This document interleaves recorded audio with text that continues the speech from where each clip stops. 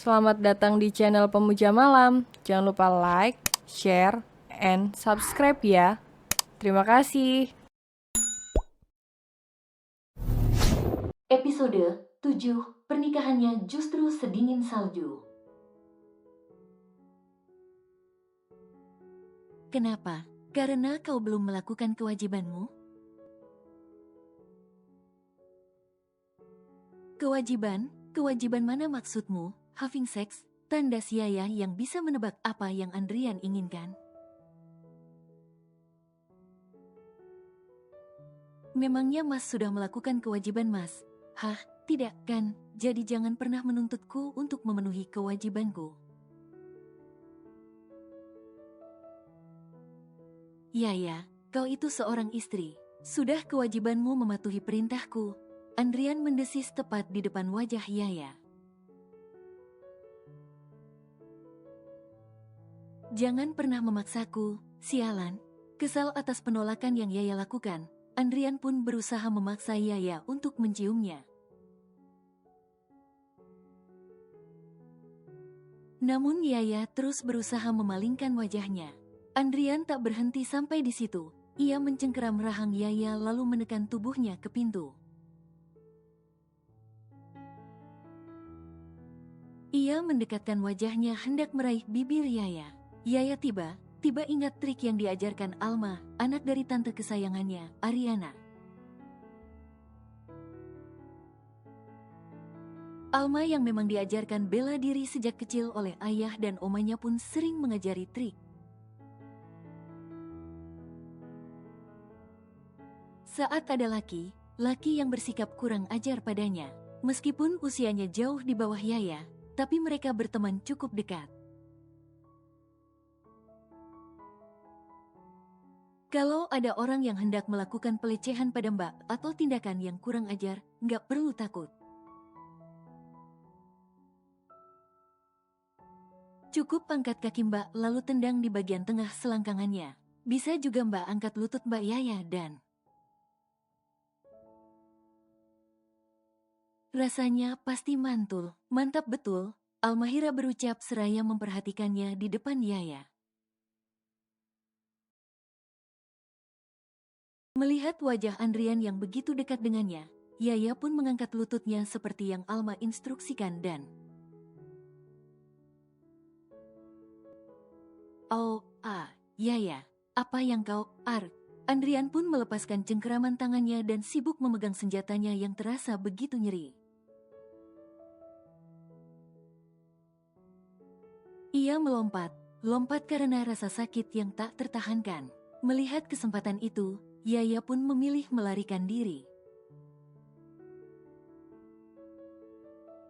Tak peduli dengan apa yang Andrian rasakan kini sebab baginya yang terpenting saat ini adalah menenangkan diri. Keluar dari apartemen Andrian, Yaya memilih pergi ke restoran. Ia merasa lebih aman di sana. Yaya tidak terpikir untuk pulang ke rumah orang tuanya, apalagi menumpang di rumah Alifa. Ia tidak ingin orang mengkhawatirkannya. Apalagi hari sudah cukup larut. Setibanya di restoran, Pak Satpam yang berjaga cukup terkejut melihat kedatangan Yaya. Namun karena ia sekedar pekerja, ia tidak berani bertanya. Setelah masuk ke ruangannya, Yaya menghempaskan tubuhnya di sofa yang ada di sana. Matanya memejam. Perlahan air mata mengalir deras dari sudut matanya. Akan dibawa kemana pernikahan ini? Ya Allah, hamba mohon berikanlah petunjuk-Mu. Tolong beri aku jalan keluar dari setiap permasalahan ini, lirih Yaya dengan bibir bergetar. Sementara itu, di kediamannya, Danang dan Dina terus saja gelisah. Entah kenapa, ia tak kunjung bisa tidur juga. Padahal malam sudah cukup larut. Mas kenapa? Tanya Dina. Mas tidak kenapa. Kenapa? kilahnya yang tak ingin membuat Dina jadi ikut kepikiran dengan Yaya. Ya, entah kenapa Danang terus kepikiran dengan anak perempuannya itu. Kenapa belum tidur?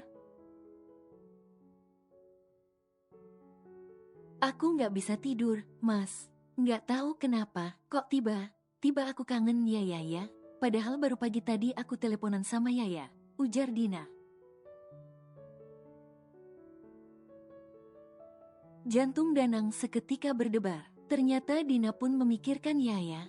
Danang hanya bisa berdoa semoga putrinya itu baik saja. Mau bertemu dengan Yaya? Kalau mau, besok kita ajak Yaya dan Rian makan siang bersama. Lagi pula, sudah semenjak mereka menikah kita belum makan bersama lagi. Bagaimana? Dina pun tersenyum lebar. Aku setuju, Mas. Keesokan paginya, Andrian bangun dengan wajah kusut. Senjatanya masih sakit hingga kini. Entah dapat kekuatan dari mana, sundulan dengkul Yaya ternyata kuat juga. Astaga, sakit sekali. Bagaimana kalau ia tidak bisa berdiri lagi? Gumam Andrian yang berjalan sambil mengangkang menuju kamar mandi.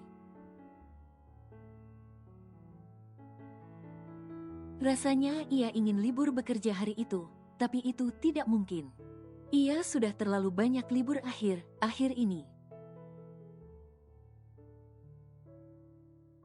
Jatah cuti tahunannya pun sudah habis. Jadi ia sudah tidak mungkin bisa cuti kerja lagi.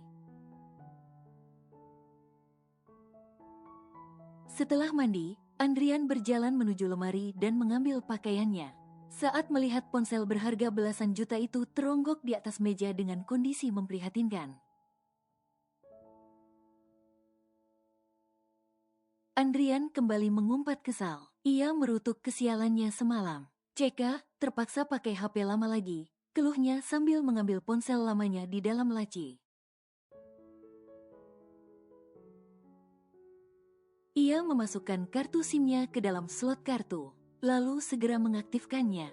Baru saja ponsel Andrian menyala, panggilan dari Marisa sudah lebih dulu masuk. Andrian pun segera mengangkat panggilan itu. Papa. Sementara itu, pagi hari setelah sarapan, Danang pun segera menghubungi Yaya. Ia menyampaikan keinginan mereka untuk makan siang bersama Yaya dan menantunya itu. Namun Yaya beralasan kalau Andrian sibuk siang itu. Akhirnya mereka pun hanya makan siang bertiga saja. Bagaimana, sayang, pernikahan kamu? Tanya Dina. Kenapa mesti ditanya sih, Ma? Pasti lagi anget-angetnya lah. Apalagi mereka kan sudah lama dekat. Pasti pisah 1 jam, kayak 1 abad, seloroh Danang membuat Dina terkekeh. Yaya tertawa sumbang. Tak mungkin ia mengatakan kalau pernikahannya justru sedingin salju. Tak ada kehangatan, yang ada hanya kehampaan dan nestapa. Seandainya bisa, ingin rasanya Yaya memutar waktu kembali. Memutar waktu ke masa saat Andrian melamarnya. Ia akan menolak lamaran laki itu dengan tegas. Ah, tapi sayang, semua hanya andainya saja. Kamu kok kurusan, sayang? Tanya Dina saat melihat pipi Yaya yang agak tirus. Ah, iya kah? Yaya nggak tahu, Ma. Nggak nyadar. Mungkin efek terlalu banyak aktivitas. Apalagi Yaya, kan baru pulang dari survei lokasi pembangunan cabang resto yang baru. Jadi rasanya capek banget. Ya, bekerja emang boleh, tapi ingat, jangan lupakan tanggung jawabmu sebagai seorang istri. Jangan terlalu sering bepergian, nggak bagus. Apalagi kalian baru menikah, kok udah ditinggal aja. Emangnya nggak ada yang bisa menghandle pekerjaan itu selain kamu apa? Tukas Dina memberi wejangan pada Yaya. Yaya tersenyum miris. Ibunya mengingatkannya pada tanggung jawabnya sebagai seorang istri. Tapi ibunya tak tahu bahkan suaminya saja belum menunaikan tanggung jawabnya sama sekali. Suaminya justru selalu sibuk dengan perempuan yang selalu disebutnya sebagai sahabatnya itu. Udah, Ma, nggak perlu mencecar Yaya seperti itu. Yaya itu putri kita.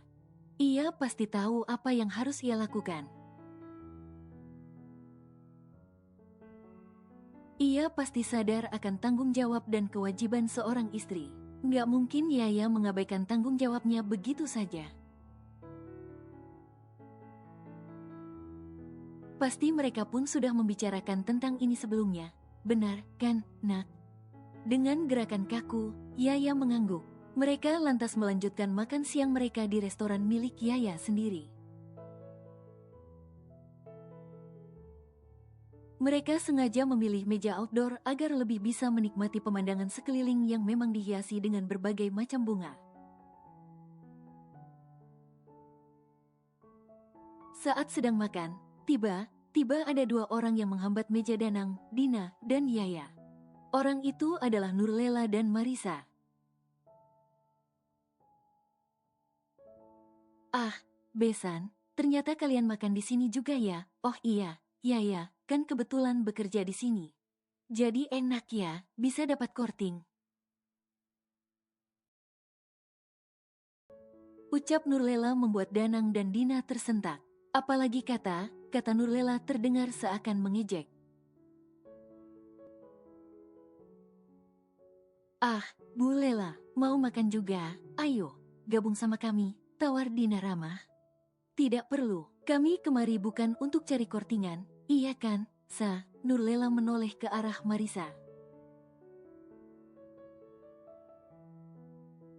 Marisa tersenyum canggung, ia pun mengangguk. Oh ya, kamu ini bagaimana sih? Pergi bulan madu ke Bali bersama? Sama, tapi pulangnya sendiri. Awas ya kalau kamu ngadu macam.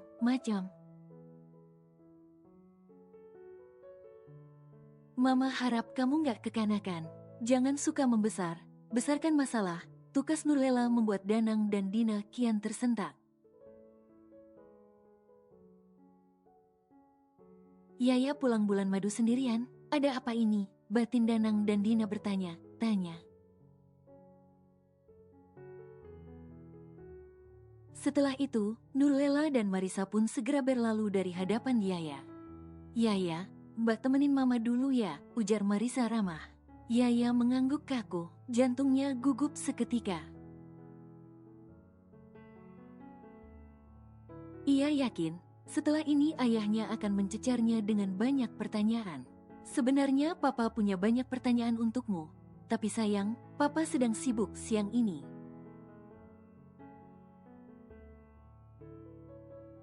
Selain itu, Papa yakin, apapun yang kau sembunyikan itu sudah kau pikirkan matang. Kau pasti punya alasan yang jelas. Papa akan menunggu kau sendiri yang datang kepada Mama dan Papa untuk menjelaskan semuanya. Dengar ini, sayang, apapun yang terjadi, Mama dan Papa akan selalu ada untukmu. Kami akan selalu jadi garda terdepan untuk putri kami tersayang ini, ucap Danang dengan gemuruh di dada. Dina hanya diam. Ia tidak sanggup mengeluarkan kata sebab bila ia mulai mengeluarkan kata,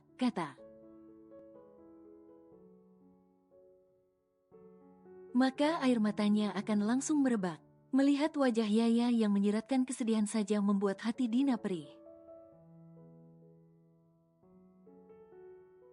Yaya tak mampu membuka suara, hanya saja nanar di matanya sudah mampu menggambarkan. Kalau sudah terjadi sesuatu pada rumah tangga putrinya tersebut, Danang tidak bisa menebak apa yang sudah terjadi. Ia hanya bisa berdoa, semoga semua baik-baik saja. Setelah Danang dan Dina pulang, Yaya pun segera meminta pegawainya membereskan meja. Saat Yaya berjalan hendak menuju ruangannya, ia melewati meja di mana Nurlela dan Marisa duduk. Mereka pun sepertinya sudah menyelesaikan makan siang mereka. Namun saat kaki Yaya melangkah, tiba-tiba ia mendengar kalimat yang sungguh membuat hatinya miris. Wah, beneran ini kalung buat mama. Wah, Sa, kamu memang benar baik. Nggak seperti dia, Boro ngasih hadiah, cuma gara masalah sepele aja memilih pulang. Kekanakan banget.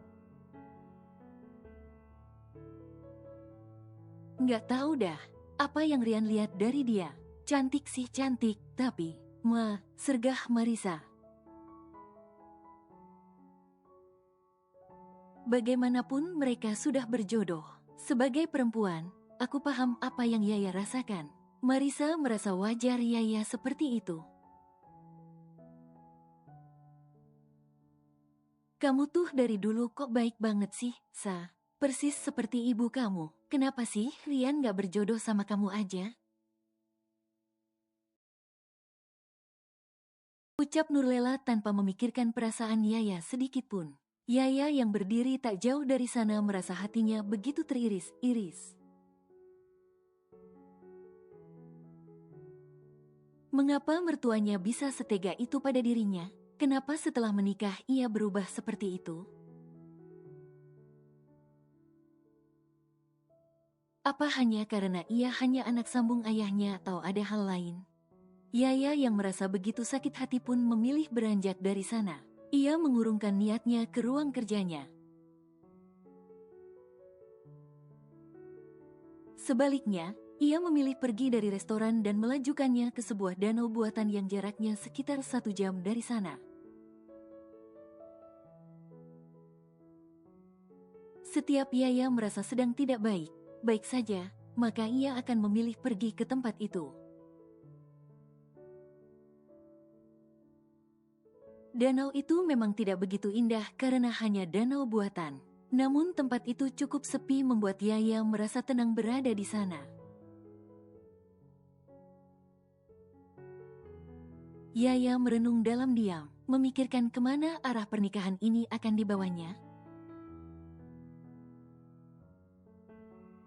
Rasanya, ia sudah tak sanggup lagi. Rasanya, ia sudah mau menyerah.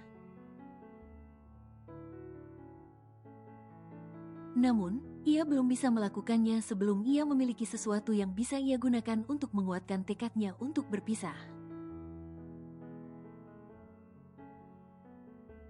Sesuatu yang bisa membuat orang tak perlu bertanya lagi apa dan kenapa akhirnya ia memilih berpisah. Sementara itu, di sebuah apartemen, tampak seorang pemuda berdiri di depan kaca besar yang menampakkan dengan jelas jalanan sore itu yang dipadati dengan beraneka ragam kendaraan. Pemuda itu tercenung seorang diri dengan gelegak rindu yang mencengkeram hati. Rindu, ia sebenarnya sedang merindukan keluarganya. Keluarga yang terpaksa ia jauhi sementara.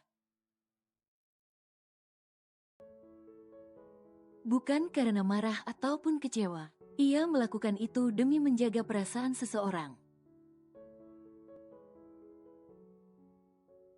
Yang entah kenapa sejak beberapa tahun terakhir seakan menaruh dendam padanya. Bukan tanpa alasan pemuda itu memilih menjadi koas di rumah sakit yang jauh dari kotanya.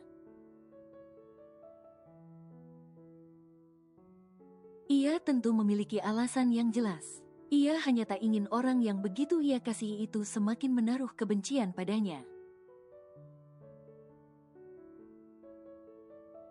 Ia hanya ingin seseorang yang ia kasihi itu kembali seperti dulu, memanggilnya kakak dengan penuh cinta. Pemuda yang tak lain adalah Raffi itu menghela nafas panjang. Tubuhnya sebenarnya terasa begitu lelah. Tapi rasa lelah itu tak selelah hatinya karena merindu. Raffi duduk di kursi malas yang ada di balkon. Ia mengeluarkan ponselnya dan membuka galeri foto. Ia membuka salah satu foto beberapa tahun yang lalu. Sebuah foto keluarga. Foto terakhir ia tersenyum lebar bersama adiknya. Karena setelah itu, entah dimulai sejak kapan, semua berubah. I miss you, lirih Raffi yang sangat merindukan kebersamaan mereka dulu.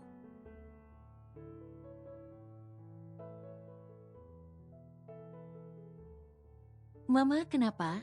Madava baru saja pulang lalu ia mendapati sang istri tengah melamun.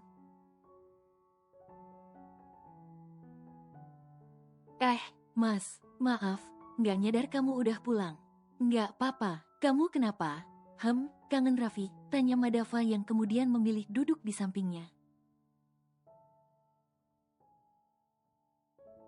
Ayu pun mengangguk, ya, Ayu memang merindukan Raffi. Sudah setahun ini, Raffi tak pernah pulang. Mereka hanya sesekali saja bertemu. Itu pun saat Madava ada waktu senggang. Sehingga mereka bisa segera menemui putra pertama mereka itu.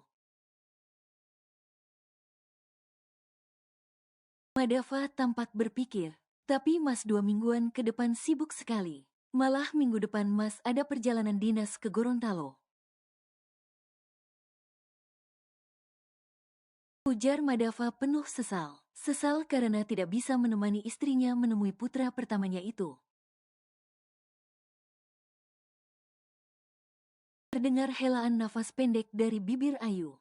Bukankah lusa tanggal merah ya? Esoknya juga weekend. Bagaimana kalau kamu ajak Arta saja? Tawar Madava. Arta merupakan anak kedua mereka. Emangnya Arta mau? Mas tahu sendiri dia seperti apa? Keluh Ayu. Bukan tanpa alasan, putra keduanya itu memang sedikit keras kepala. Belum lagi, 2 tahun ini Arta dan Raffi terlihat tidak akur. Entah apa alasannya, Ayu sudah mencoba menanyai keduanya, tapi keduanya justru kompak menjawab mereka baik-baik saja. Sungguh Ayu sangat mencemaskan keduanya. Tak pernah terbayangkan di benak Ayu kalau kedua putranya akan terlibat perang dingin seperti ini. Namun satu yang Ayu yakini, itu bukanlah kesalahan Raffi sebab Ayu sangat tahu kalau Raffi merupakan tipe yang suka mengalah. Ayu hanya berharap perang dingin ini hanya berlaku sementara dan Ayu berharap semua ini terjadi hanya karena kesalahpahaman semata. Nanti Mas yang akan bertanya padanya. Ayu pun mengangguk setuju. Sudah 3 hari Yaya pergi dari apartemen dan tak kunjung pulang. Andrian memang terus berusaha menghubunginya. Tapi Yaya enggan merespon panggilan dan pesan masuk dari Andrian. Andrian juga mencoba mencari Yaya di restoran yang ia ketahui tempat kerja istrinya itu. Tapi sesuai instruksi Yaya pada karyawannya, bila Andrian datang ke sana, mereka harus menjawab Yaya tidak ada di sana. Alhasil, Andrian pun pulang dengan tangan hampa. Sementara itu, di kediaman Marisa, tampak Tania yang sedang dipakaikan pakaian oleh ibunya. Mereka sedang bersiap hendak pergi ke wahana permainan air bersama Nurlela, Elena dan suami serta anaknya. Rencananya Andrian pun akan segera menyusul setelah pekerjaannya selesai. Tania ingat ya, panggil Papa Om Ian, bukan Papa. Dengar. Dahi Tania berkerut. Sebenarnya ia bingung, kenapa saat bertiga saja, ia boleh memanggil Andrian Papa. Tapi saat ada orang lain ia harus memanggil Om. Melihat dahi Tania yang berkerut, Marisa paham alasannya. Tania nggak usah terlalu pikirin. Nanti juga Tania tahu, ucapnya. Nah, sekarang udah cantik. Jadi anak yang baik ya di depan Oma, Aunty, Papa, dan yang lain. Harus nurut juga, oke?